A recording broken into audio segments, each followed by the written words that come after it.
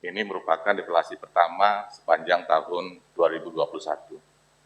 Kemudian untuk inflasi tahunannya pada grafik di bawahnya, tadi saya sebutkan juga bahwa untuk bulan Juni ini terjadi inflasi tahunannya sebesar 1,33%.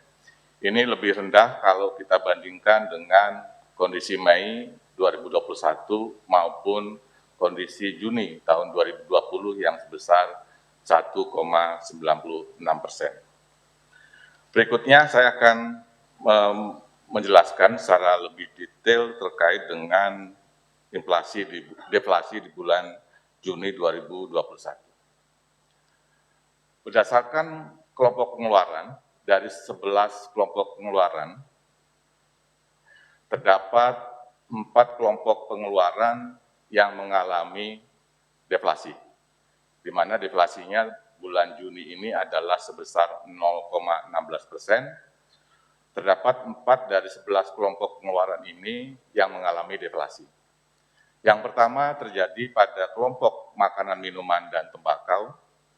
Di sana terjadi deflasi sebesar 0,71% dengan andil 0,18.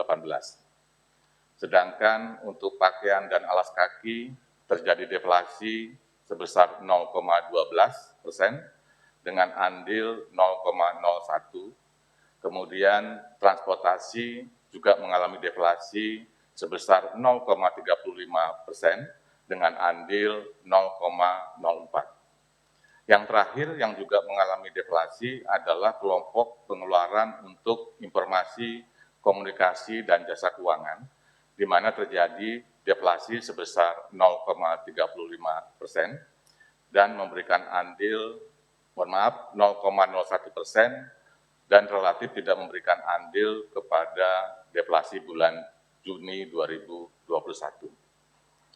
Kalau kita lihat satu persatu yang penyebab deflasi bulan Juni 2021, yang pertama saya akan menggambarkan secara lebih detail untuk kelompok makanan, minuman, dan tembakau, di mana terjadi deflasi 0,71% dan andilnya 0,18%. Penyebabnya adalah karena terjadinya penurunan harga untuk komoditas cabai merah, ya. Kemudian juga penurunan harga daging ayam ras, cabai rawit, dan juga bawang merah. Jadi kelompok makanan, minuman, dan tembakau ini terjadi deflasi sebesar 0,71%, diantaranya adanya penurunan harga untuk beberapa komoditas, diantaranya adalah cabai merah, daging ayam ras, cabai rawit, dan juga bawang merah.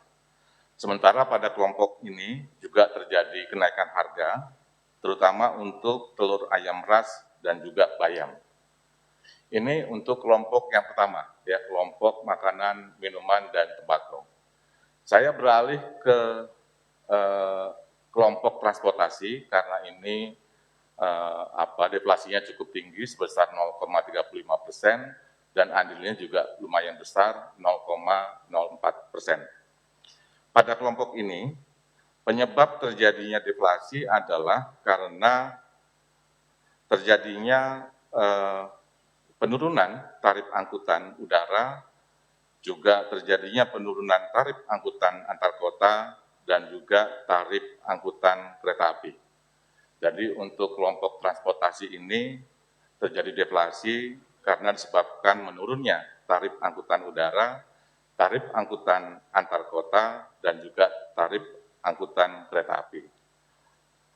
Ini disebabkan karena adanya sebelumnya ada momen Idul Fitri, ya, di mana tarif dari tiket pesawat itu pada bulan Juni sudah kembali pada posisi normal.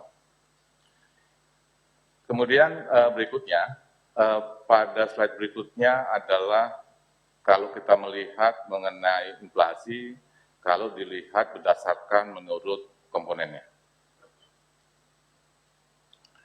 Berdasarkan komponennya pada kolom 3, yang menyebabkan deflasi bulan Juni sebesar 0,16%, itu lebih utama karena disebabkan oleh adanya komponen bergejolak, di mana terjadi deflasi sebesar 1,23% dan andilnya terhadap deflasi sebesar 0,21.